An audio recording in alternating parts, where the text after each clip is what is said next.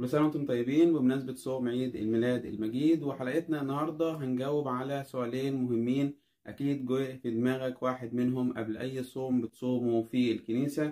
هو ليه في صوم درجة أولى والدرجة تانية في الكنيسة؟ ده السؤال الأول. أما السؤال التاني، صوم الدرجة التانية بيسمح فيه بأكل السمك، ليه السمك؟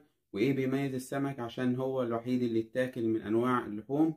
انزل اعمل لايك، اشترك في القناة، فعل الجرس، عايزين نوصل 3000 مشترك قبل نهاية السنة.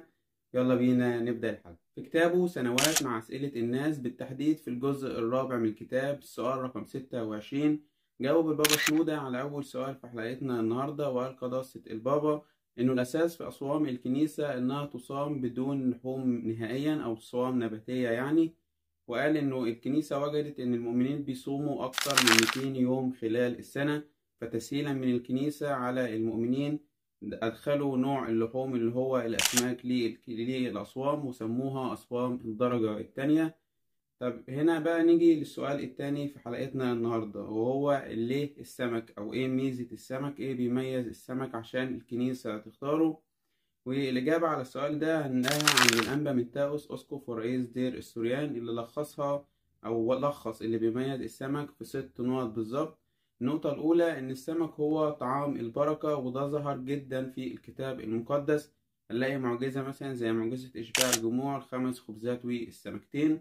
كمان هنلاقي إن بطرس الرسول لما ما كانش لاقي سمك أو فضل طول الليل سهرنا الليلة كله، السيد المسيح قال له ألقى الشبكة وطلع سمك كتير جدا وفيه بركة كبيرة جدا. ده غير المواضع الكتير اللي فيها السمك في الكتاب المقدس. تاني حاجة هي إن السمك هو طعام القيامة، وده لأن السمك هو تقريبا النوع الوحيد من اللحوم اللي أكله السيد المسيح بعد قيامته، لما كان مع التلاميذ في فترة ال50 المقدسة وظهوراته، وأكل معاهم سمك مشوي وعسل، ودي حاجة على عكس غيره من اللحوم.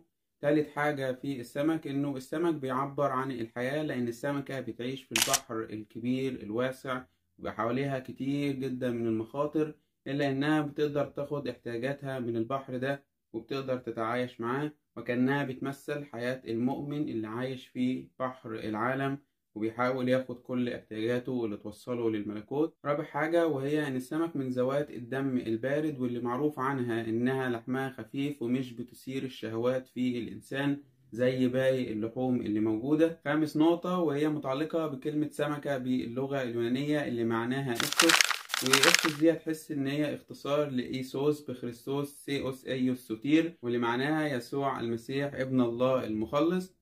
سادس حاجة والحاجة الأخيرة هي إن السمكة على مر العصور من القرون الأولى في الكنيسة بتشير للمسيحيين، والدليل على كده إنها لسه بتشير للمسيحيين لغاية دلوقتي، لأنك لو لقيت اللوجو اللي بيعبر عن كنائس الشرق هتلاقي فيه السمكة موجودة.